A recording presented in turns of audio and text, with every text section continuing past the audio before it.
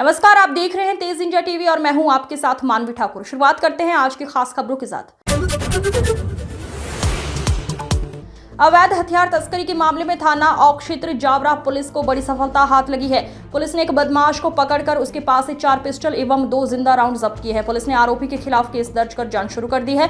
इस पूरे मामले का खुलासा पुलिस अधीक्षक अमित कुमार द्वारा नवीन पुलिस कंट्रोल में आयोजित प्रेस वार्ता में किया गया।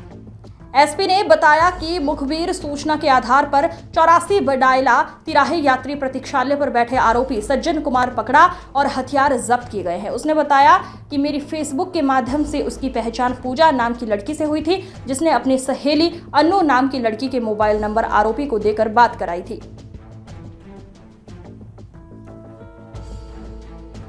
अन्नू अवैध हथियार की गैंग में काम करती है। अन्नू द्वारा आरोपी सज्जन को प्यार मोहब्बत व पैसे का लालच दिया, जिससे आरोपी सज्जन कुमार अवैध हथियार की गैंग में काम करने की सहमति दी। बाद में आरोपी सज्जन को उज्जैन में अन्नू नाम की लड़की ने रेलवे स्टेशन के पास खड़े रहने को कहा, जहां कुछ देर बाद अन्नू के कहे अनुसार 2 व्यक्ति आए, जिन्होंने आरोपी सज्जन को 4 पिस्टल व 2 जिंदा राउंड उपलब्ध कराई और अन्नू के कहे अनुसार जोधपुर किसी व्यक्ति को देने जा रहा था।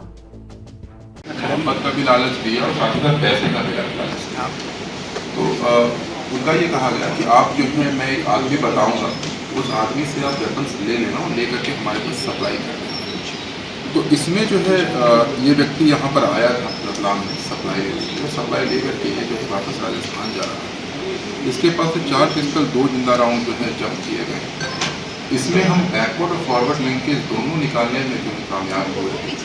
फॉरवर्ड में जो अन्नू लड़की है और भी जो इसके साथ है, इसकी जो है पूरी की पूरी जानकारी जो भी प्राप्त हुई है, साइबर इस पर जो है काम कर रही है। बैकवर्ड लिंकेजेस में जो है कहाँ से वेपन्स आए हैं उस पर भी हमने जो है जानकारी प्राप्त हुई, उस पर भी हम कार्रवाई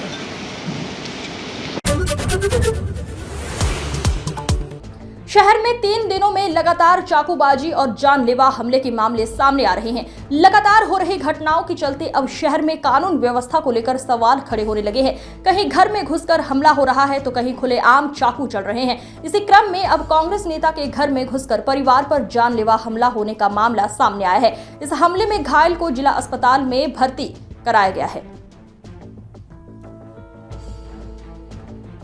शीतल सेन की माने तो क्षेत्र में नाली और पानी के मामले को वो लगातार उठा रहे थे। इसी बात को लेकर उनके द्वारा भाजपा नेता पर घर में घुसकर हमला करने का आरोप लगाया है। हमले के दौरान उनके साथ बच्चों से भी मारपीट की गई है। बीते 3 दिनों से मानक थाना क्षेत्र एवं दीनदयाल नगर थाना क्षेत्र में इस प्रकार की घटनाएं घटित हो रही हैं। मामूली बात पर चांदनी चौक में एक युवक पर चाकू से हमला कर दिया गया, तो वहीं थाना दीनदयाल नगर अंतर्गत ईश्वर नगर में घर में घुसकर परिवार के साथ मारपीट करने के आरोप लगे हैं। क्या कुछ मारपीट हुई है आपके साथ? मेरे भाई साहब पापा की एकदम तबीयत अचानक खराब हुई। क्षेत्र के लोगों ने उनको संभाला, घर में चक्कर खा गए, गिर के उनको डायबिटीज़ और शुगर बढ़ गई। मेरे पास फ़ोन आया, मैं घर गया, उनको संभाला, उनको दवाई दी, मैं घर में ही बैठा हुआ।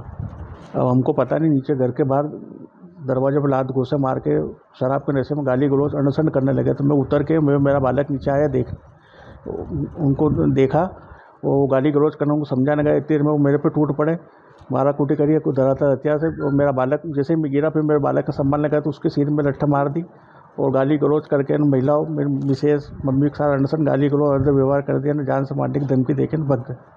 कितने लोग आए थे और क्या हथियार? 3 से 4 थे। कुछ हथियार वगैरह?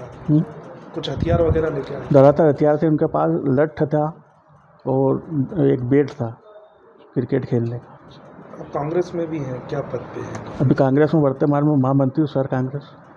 कुछ राजनीतिक यही है भैया कि पहले भी सर हम सब घर के अंदर थे, धाराधार हथियार लेके भरत सेन और उसका बेटा और उसका भाई तीनों के तीनों हमारे घर पे आए, गाली गलौज करी। हम नीचे उतर के गए, हमको नहीं पता था उनके पास बहुत सारे हथियार है। पीछे से मेरे बेटे को मारा, उसका सर फोड़ दिया और हथियारों से इनके ऊपर हमला करा। मुझे भी धुमा झटकी करी, मैं छुड़ाने गई तो मुझे भी करा। सीसीटीवी कैमरे में सारी रिकॉर्डिंग है सर। और वो बहुत दारू में है, दारू पिए हुए था और वो हमेशा दारू पी के पूरे मोहल्ले में इसी तरह धमाले करता है।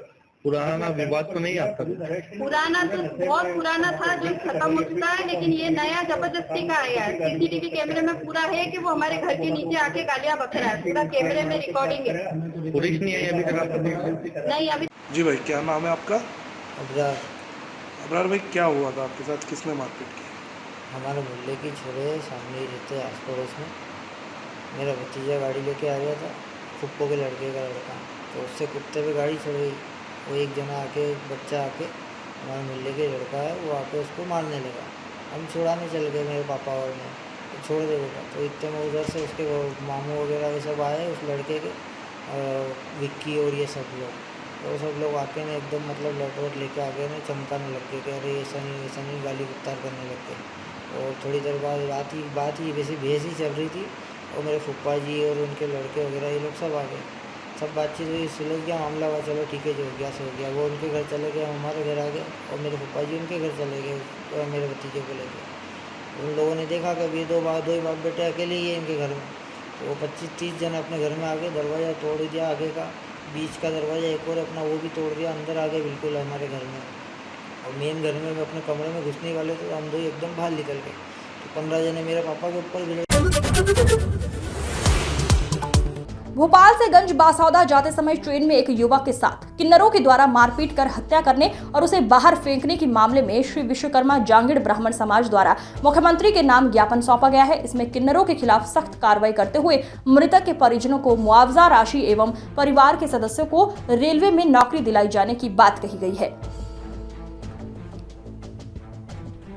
ज्ञापन देने आए समाजजनों ने बताया कि किन्नरों के द्वारा युवक से रुपए मांग की गई, नहीं देने पर उसके साथ मारपीट की गई, जिसमें उसकी मृत्यु हो गई और बाद में इन लोगों के द्वारा शव पटरी पर फेंक दिया गया था। ज्ञापन दिया है किस मामले को जी, विषय ये है कि 13 मार्च 2025 को भोपाल से गंज बासौदा ट्रेन से जाते हुए हमारे समाज के एक 23 साल के बच्चा जिसका नाम आदर्श विश्वकर्मा है, वो उस ट्रेन में था। ट्रेन के अंदर किन्नरों के एक समूह के द्वारा उससे जो है रुपयों की मांग की गई। रुपयों की मांग नहीं करने पर, उसके द्वारा रुपये नहीं देने पर किन्नरों ने बड़ी बेरहमी से सबके सामने उसको बहुत बुरी तरीके से मारा, जिससे उसकी वहीं मृत्यु हो गई। और किन्नरों ने उसकी लाश को जो है पटरी पर फेंक के वो चले गए।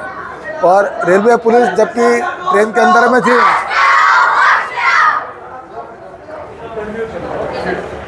रेलवे पुलिस थी, काफ़ी मात्रा में जनता थी, उसके बावजूद भी उसका किसी प्रकार से कोई बीच बचाव नहीं किया गया। हमारी आज जो है मुख्यमंत्री को ज्ञापन देकर समाज की ओर से मांग की गई है कि जो घटना घटित हुई है उस घटना के जो भी आरोपी है उन सभी आरोपियों को तत्काल गिरफ्तार करें। और मृतक क्योंकि कमाने परिवार का एकमात्र रोजी रोटी कमाने वाला आदमी था, रोज़ गंज बासौदा से भोपाल जो है वो काम के सिलसिले में आता जाता था, तो आज वो परिवार अनाथ हो गया है। और ये पूरी जो इसकी जिम्मेदारी रेलवे शासन प्रशासन और पुलिस की है, तो रेलवे प्रशासन से उस परिवार को 5 करोड़ रुपए का मुआवजा दिलाया जाए और परिवार के एक सदस्य की जो है रेलवे में नौकरी दिलाई जाए।